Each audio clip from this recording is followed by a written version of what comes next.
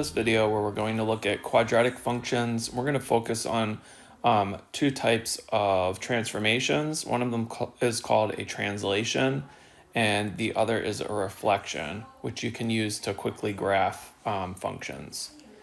Please recall a linear function is defined by f of x equals ax plus b, where we know that a and b are real numbers. In this lesson, we're going to look at quadratic functions, and those are in the form of f of x equals ax squared plus bx plus c. So they have an additional term, which is your squared term. It's important to note, again, that a, b, and c this time are real numbers. And of course, a cannot equal 0, because if it did, the squared term would not be there, and you would end up with bx plus c, which would be a linear term. Something else that's important is that for linear functions, of course, the graph was a line. For quadratic functions, the graph is what's called a parabola, which is a U-shaped graph. And you can see an example of a parabola over here to the right. That's the graph that we obtain when we graph y equals x squared. Y equals x squared is also known as the parent function or common function. So it's the most basic function, which we're going to use to then transform. Some pieces of the parabola that are important is the very bottom part of the parabola, in this case, the minimum, since the parabola is open upwards, is called the vertex. And through the vertex, there's an imaginary line, which is called the axis of symmetry. The word symmetric, right, means same on both sides. At least line symmetry is the same on both sides. So, if you have any point on that parabola, like let's say this point here, it's a mirror image of the point over there. They're equidistant from the axis of symmetry, as are all of the points on either side. Now, let's try graphing y equals x squared minus 4 using a vertical translation. Again, I know this is quadratic because the highest exponent here is 2, so it's an x squared. And if I want to graph this, I can plug in values for x, which will give me corresponding y values. Or you can think of the parent function just transformed. So I'm going to graph y equals x squared, which is the parent function. And for that, I'm just going to plug in some values. And you can plug in anything you want because the domain for quadratic functions is all real numbers. But let's plug in -2, -1, 0, 1, and 2. This will give me a nice picture. If I plug in -2 and I square it, I get 4. -1 squared is 1. 0 squared is 0. 1 squared is 1. 2 squared is 4. So those would be the ordered pairs that would create my parent function. If you were to plot that graph, you would obtain this graph right here. Okay, now, when we have a -4 at the end, that's transforming the graph. What exactly is it doing? Well, if we were to plug in to, let's say, Desmos, or you can use your graphing calculator, if we take a look at what x squared looks like, there we have the parabola of the parent function. Now watch what happens when I add 4 to it, a -4 to it. As you can see, the parabola shifts downward. So that's what we call a vertical translation. A translation is just a slide. So the graph is really just sliding down 4. So this value at the end, the c term, tells me if the graph is moving up or down. And in this case, since it's a -4, it's sliding down. So that tells me that it's a vertical translation down 4 units. course, if it said plus 4, it would go up 4 units. Okay, now I'm going to leave the x's alone in my new function, y equals x squared minus 4, because the x values are not being affected, right? It's going up and down, so the x's are just going to stay the way they are. It's the y's that are going to change, so they're going to move up and down. So I'm just going to simply copy the x values from the original table, and then that minus 4 tells me that the y values are going to go down 4. So basically what I'm doing is I'm subtracting 4 units here from each of those. Okay, so I'm going to do 4 minus 4, which is 0, 1 minus 4, which is negative 3, 0 minus 4, which is negative 4, 1 minus 4, and 2 minus 4. Sorry, 4 minus 4. Okay, now I'm going to plot this. So I would have negative 2, 0, negative 1, negative 3, 0, negative 4, 1, negative 3, and 2, 0. And again, as you can see, you have equidistant points, and those points are going to be equidistant from the axis of symmetry, which is that imaginary line that passes through the vertex. And my vertex is right here. Okay, and all you're going to do now is just make it look like it's U-shaped. And there's your parabola. And that point right there is my vertex, which, as you can see, is 0, negative 4. And my axis of symmetry, which is the invisible line that passes through the vertex, is the y-axis, which is also known as x equals 0.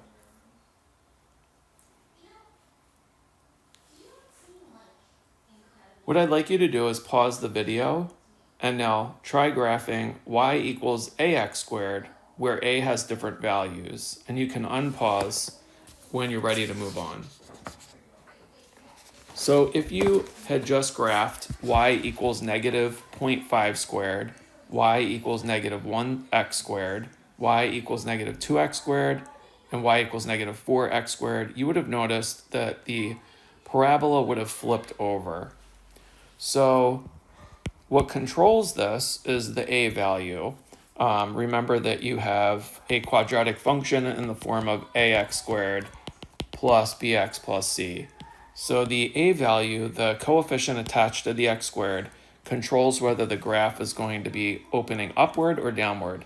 If a is greater than 0, we have the parabola opening up. So we call it concave up.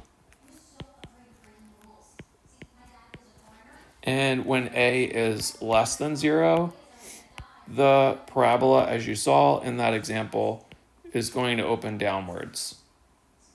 So we call that concave down. The other thing you would have noticed is that when a is between negative 1 and 1, the graph is going to get wider. And when a is less than negative 1 or greater than 1, the graph is going to get narrower. Your book also refers to it as steeper. Okay, so if we take a look here, again, if I was to graph y equals x squared, there's my parent function. Now when I put a negative in the front, so let's do equals negative 0.5x squared, you can see that the parabola opened down. Okay, if I compare that to y equals negative 1x squared, and then y equals negative 2x squared, you can see that the graph becomes narrower and narrower as the absolute value of, or rather as a gets to be smaller and smaller. So again, y equals negative 4x squared. You can see if it's even narrower.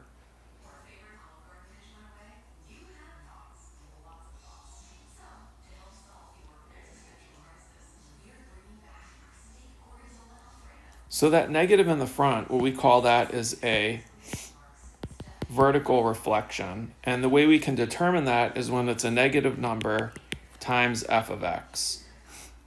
Okay, so for example, when you have y equals negative 0.5x squared.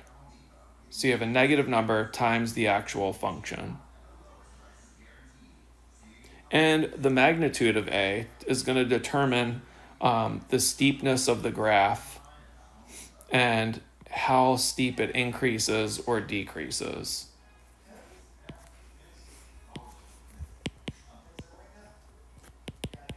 Magnitude is just size, right?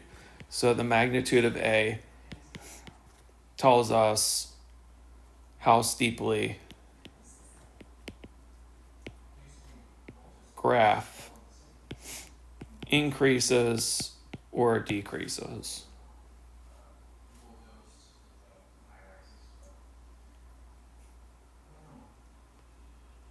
In this example, let's graph y equals x minus h squared, and they give us different values for h. So we have 3, 0, and negative 4. So I'm going to plug in 3.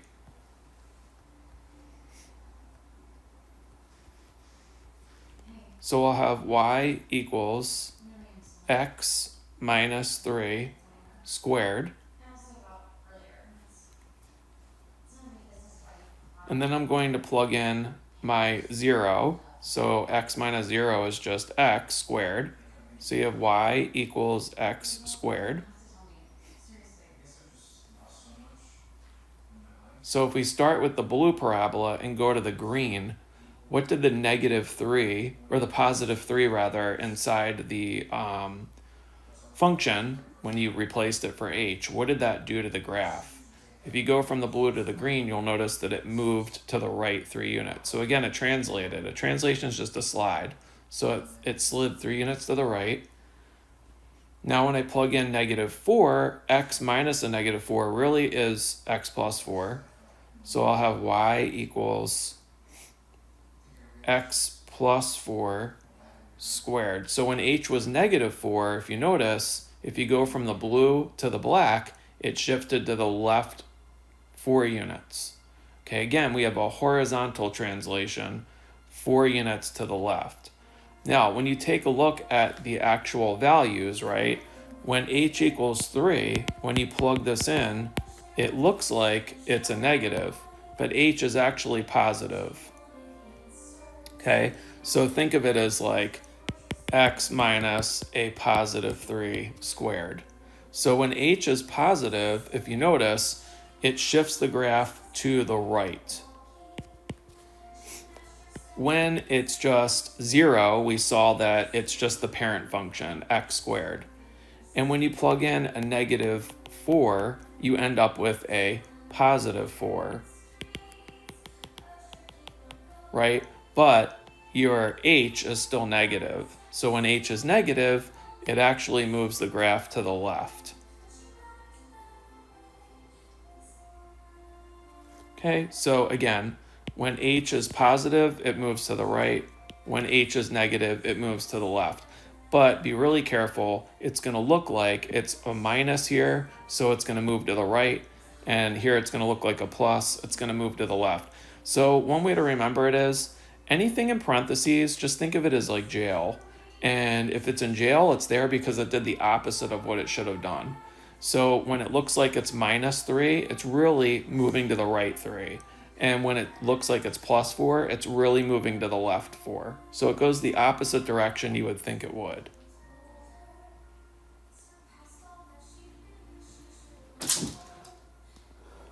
Okay, so there we had an example of a horizontal translation, which is just the left or right shift of the graph.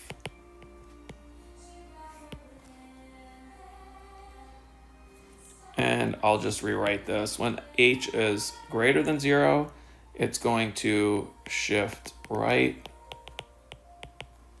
And when h is less than 0, it's going to shift left.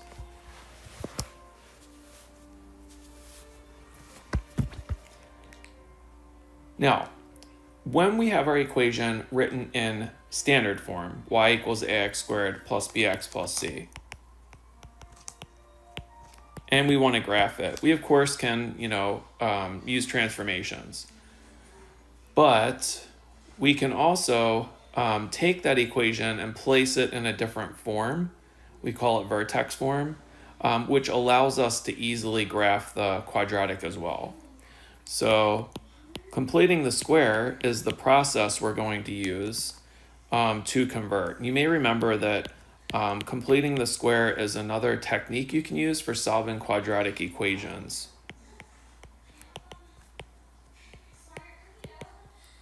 So it's used to convert something from standard form, y equals ax squared plus c. Okay, so that's standard form, to vertex form, which is in the form y equals a times x minus h squared plus k.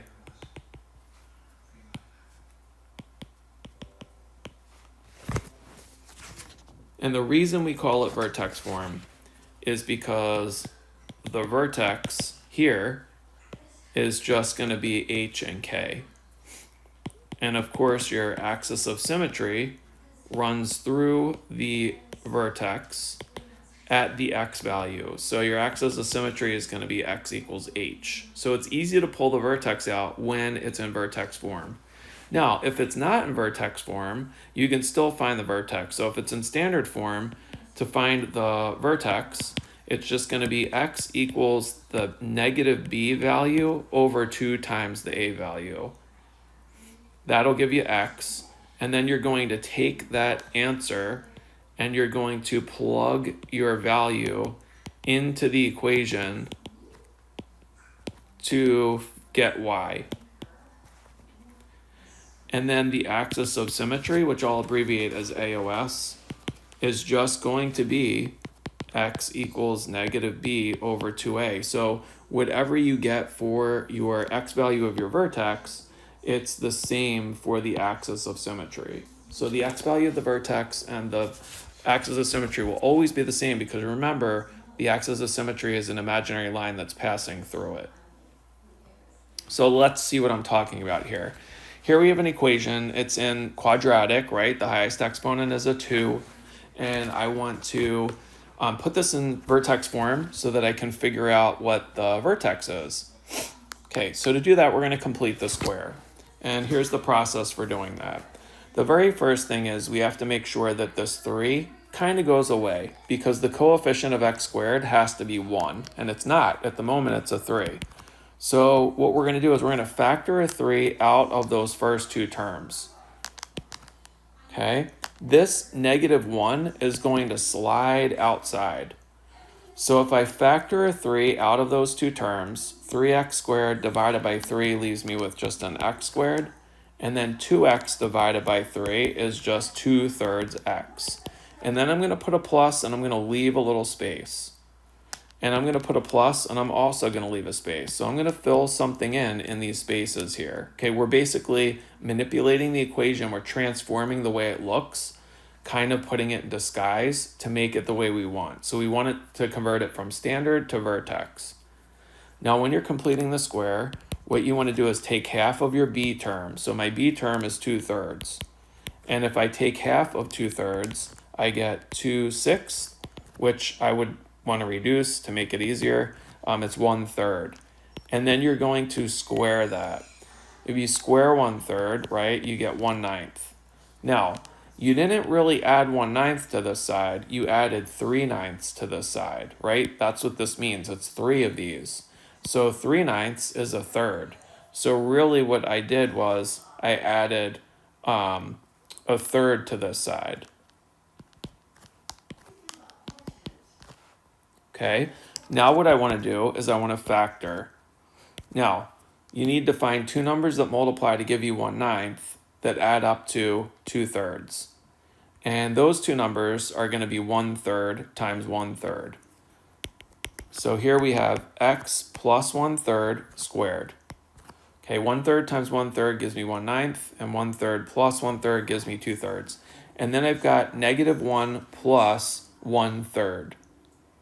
And that's just going to leave me with, so if you do it off to the side here, right, you've got -1 plus 1/3. We know we want to convert this to the same denominator.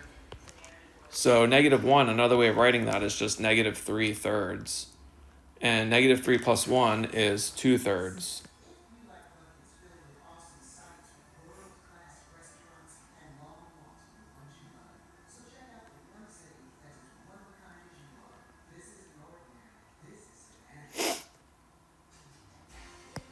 Okay, so, oh, and we should be subtracting this, not adding it. Okay, so the reason we're subtracting is because we want to balance the equation out, right? We added 3 times 1/9, so we added 3/9 or 1/3. It's kind of like we want to cancel it out, like it never happened. So that should be a minus there. And that just means this is going to be -3 minus 1. So that's going to be -4/3. Okay, so these signs here, when you're doing this, are going to be different. That's always going to be a plus, and then that's going to be a minus.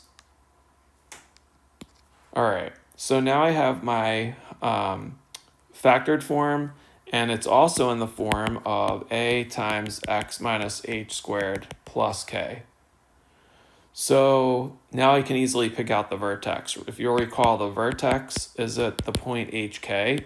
So my h is 1/3. Okay, remember, it's always the opposite when it's inside. This is really x minus -1/3, right?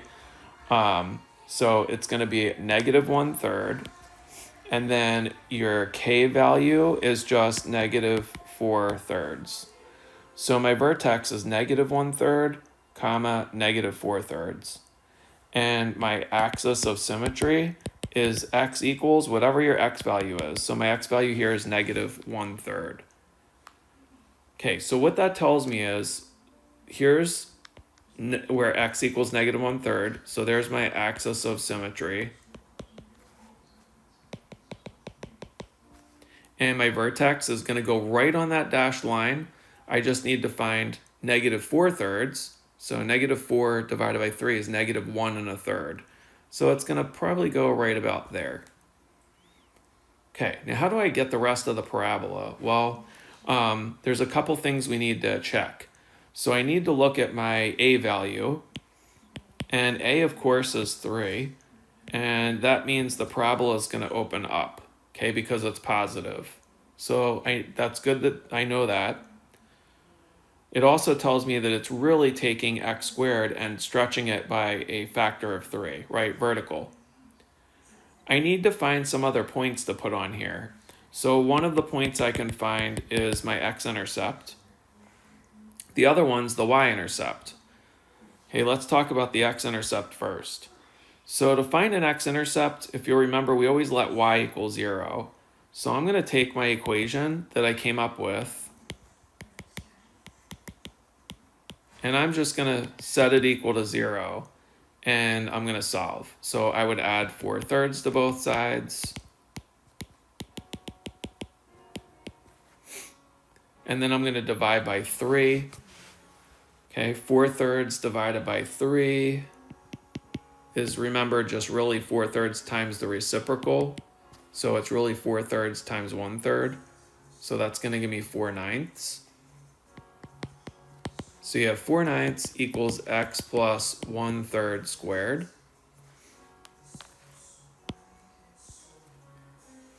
And then now I need to get to the x. That's a quantity squared. So to undo that, I'm going to take the square root of both sides. Now, whenever you're taking the square root of both sides of an equation, you always get a plus or minus. And the square root of 4 is 2, the square root of 9 is 3, and the square root of x plus 1/3 squared is just x plus 1/3. And then I need to solve for x. So I'm going to subtract 1/3. So what you're left with is negative 1/3 plus or minus 2/3 equals x. So what exactly are my x-intercepts? Well, remember, this is going to break into two equations. One of them is going to be negative 1 plus 2 over 3. The other one's going to be negative 1 minus 2 over 3. So for this one, I'm going to get 1/3. And for that one, I'm going to get negative 1. So that tells me my x-intercepts are going to be at 1/3 0 and negative 1 0. So if I go up, 1/3 0 is like maybe right about there. Negative 1 0 is going to be right about there. Okay, so those are my two x-intercepts.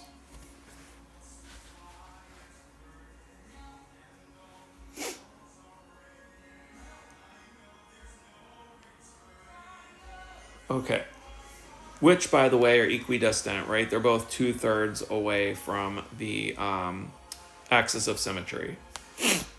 Okay, now to find the y-intercept, it's real easy. So there's a couple ways you could do it. Of course, you can substitute 0 in for x and solve, right? But that's too much work, actually. If you go back to the original equation, if you were to plug in 0 for these x's, think about what would happen.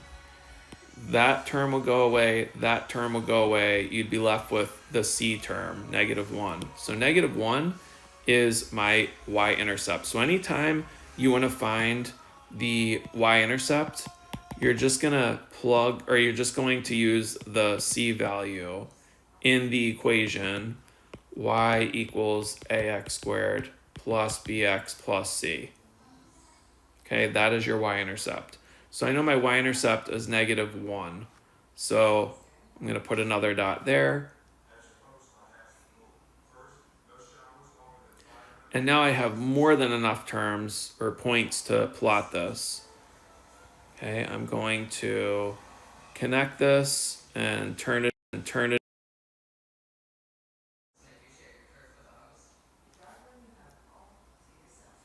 And that's all there is to it.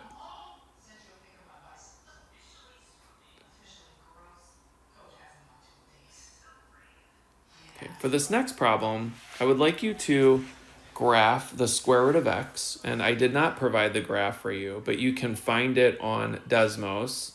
So you're going to type in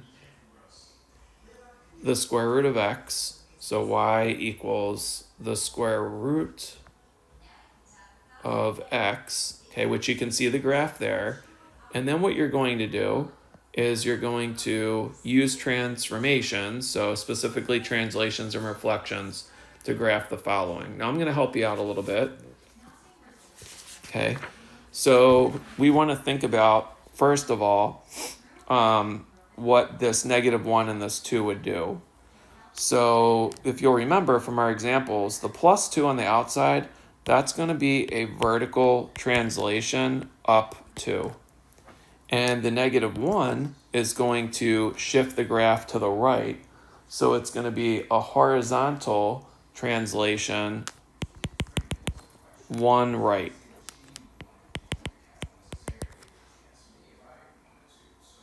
So in other words, it's going to take the parent function, which for this equation is y equals the square root of x. Okay, if I plot the parent function real quick, which again you can get from Desmos, the square root of 0 is 0, the square root of 1 is 1, the square root of 4 is 2, the square root of 9 is 3, and so on.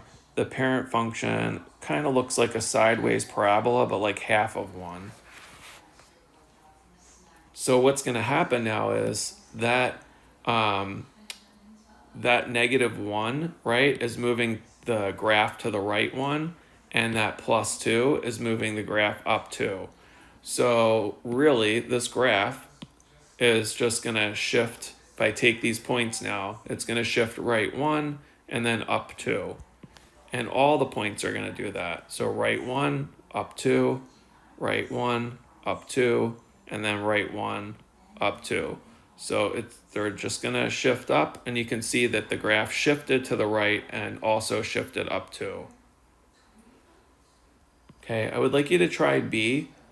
You want to try to remember what the negative on the outside would do, what would the plus 2 on the inside do, and what would the minus 1 do. And then take your parent function and shift it and reflect it.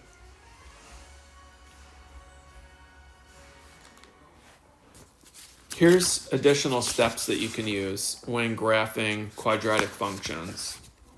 When the quadratic function is in the form f of x equals ax squared plus bx plus c, we know we're going to get a parabola, and then we've talked about these things here. So different characteristics. We know that if a is positive, the parabola will open up. If a is negative, the parabola is going to open down. The y-intercept is at 0, comma c. The x-intercepts will be wherever y equals 0. So you can always try factoring the quadratic function as long as you have it set equal to 0 first. You can try the square root method, which is the method we used. You can use the quadratic formula. You can even complete the square and then apply the square root method. The vertex, when it's in standard form, if you'll remember, we talked about the x coordinate is going to be negative b over 2a. And then to find the y coordinate, I'm just going to plug in negative b over 2a. And then the axis of symmetry is going to be x equals negative b over 2a, which is the same coordinate for x. Here's an example. So here we have a quadratic equation. Again, I know it's quadratic because the highest exponent is 2, and it's in standard form. So it's helpful to write out my a, b, and c. My a is negative 4, my b is negative 8, and my c is 5. And because a is negative 4, I know that that's going to open down. So that's concave down. I also know that my y-intercept is my c value, which is 5. So that tells me my y-intercept is going to be at 0, 5. To find some x-intercepts, I'm going to set y equal to 0. Okay, and this is factorable, but the first thing I want to do is remove that negative 4. So I'm just going to multiply both sides by negative 1. And all it's going to do is just switch the signs. And now it'll make it easier to factor. So remember, your first step in factoring is always look for a greatest common factor. 4 and 8 have a greatest common factor, but 5 does not. So we don't have to worry about that. Okay, what I want to do is I want to find two numbers that multiply to give me a times c, which is negative 20. But they have to add to the middle term, which is 8. So two numbers that multiply to give you a times c and add to the b term, which is 8. And those two numbers are going to be 10 and negative 2, right? 10 times negative 2 is negative 20, and 10 minus 2 is 8. So I have 4x squared, and I'm going to replace the 8x with 10x minus 2x, and that's coming from here, and then minus 5. So this just was converted. Now I can use factoring by grouping, so I'm going to group them in pairs. I can factor out a 4x out of the first pair, and I'm left with x plus, I can factor out a 2x. So I'm going to be left with 2x plus 5. And then out of the last pair, I can factor a negative 1 out, and I'm left with 2x plus 5. So now I just have 2x minus 1 times 2x plus 5. And we're going to apply the zero product property. So we're going to set each of those factors equal to 0. And when you solve them, you get 1/2 equals x, and negative 5/2 equals x. So those are my two x-intercepts. Okay, to get the vertex, my x-coordinate is going to be negative b over 2a. So b is negative 8, and a is negative 4. So I get 8 divided by negative 8, which is negative 1. And then what I want to do is I want to plug in, I want to find f of negative 1. So it's going to be negative 4 times negative 1 squared minus 8 times negative 1 plus 5. and I get 9. So my vertex then is going to be -1, 9. And last but not least, my axis of symmetry is just x equals whatever the x value of your vertex is. So it's just going to be x equals -1. Now let's plot what we have. So we've got x equals -1. There's your imaginary line. That's your axis of symmetry. My vertex is going to fall right on that line. So it's going to go -1, 9.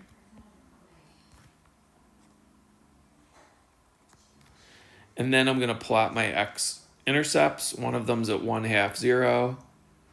The other one's at -5/2, which is -2.5. Notice that they're the same distance from the axis of symmetry. They're both 1.5 units away. And you know your y-intercept is 0, 5. And if I want one more point, I can just take this and reflect it. So it's 1 unit away. So I'm just going to put another dot right there, 1 unit away. And now you have a perfect U, which goes on forever down below. And that's it.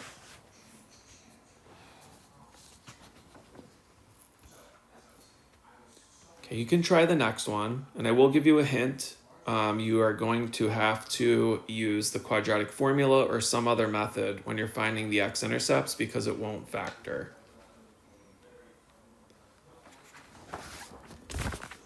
One more problem for all of us to try. Here's a little application problem. You can pause the video and read it, and then we'll do this together. When Power and Money Incorporate charges $600 for a seminar on management techniques, it attracts 1,000 people. For each $20 decrease in the fee, an additional 100 people will attend the seminar. The managers are wondering how much to charge for the seminar to maximize the revenue. Okay, so when we're dealing with revenue, we have a quadratic. Maximizing, I'm going to be looking at the vertex.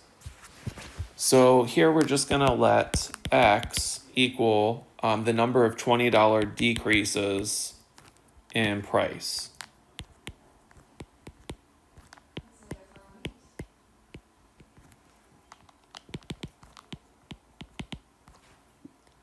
And let's also define the price per person. So we know that it says they charge $600 for a seminar. So that's, a flat fee. And then it says for each $20 decrease in the fee, an additional 100 people will attend the seminar. We don't know how many total people there will be. So if I take 600 and then take away 20 times the number of people that attend, that's going to give me the price per person.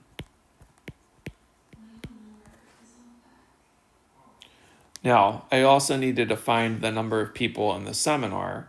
So we know that this seminar attracts 1,000 people, okay? But we also know that for every $20 decrease, an additional 100 people will show up. So it's going to be the 1,000 people there already, plus the additional 100 times the number of $20 decreases in the price. So this is going to be the number of people at the seminar.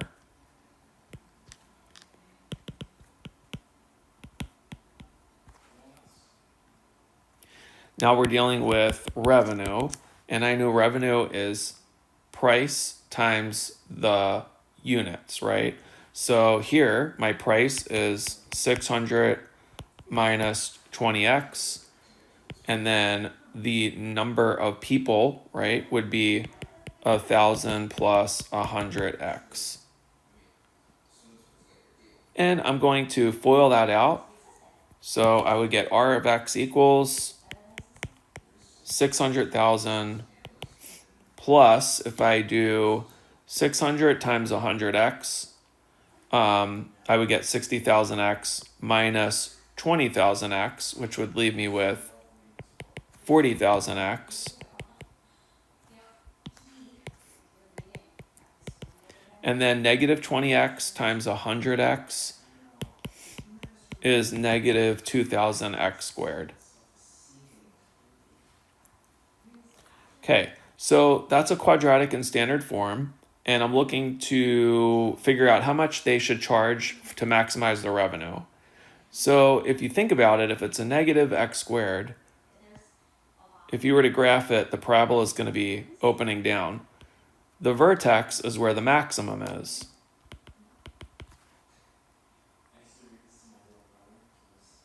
So I need to find the vertex. And to do that, since it's in standard form, I can use x equals negative b over 2a.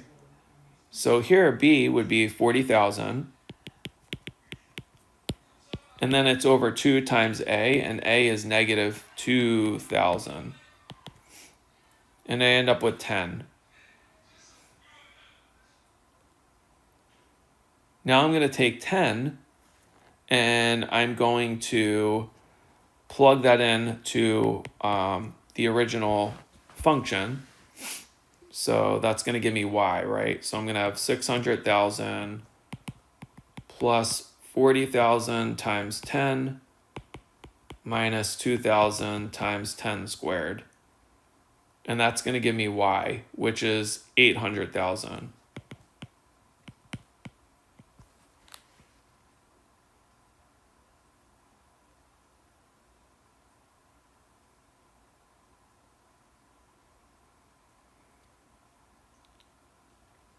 So therefore, the maximum revenue is going to be 800,000 when they charge $400 per person.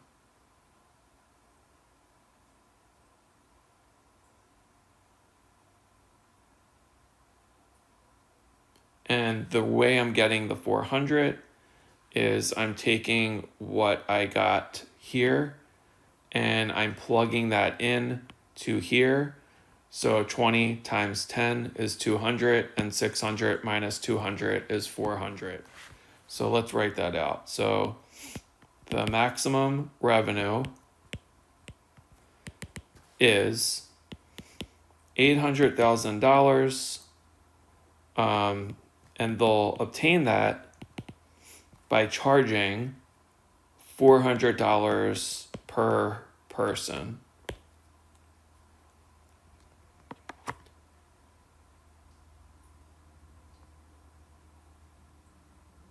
And you can try the next one on your own.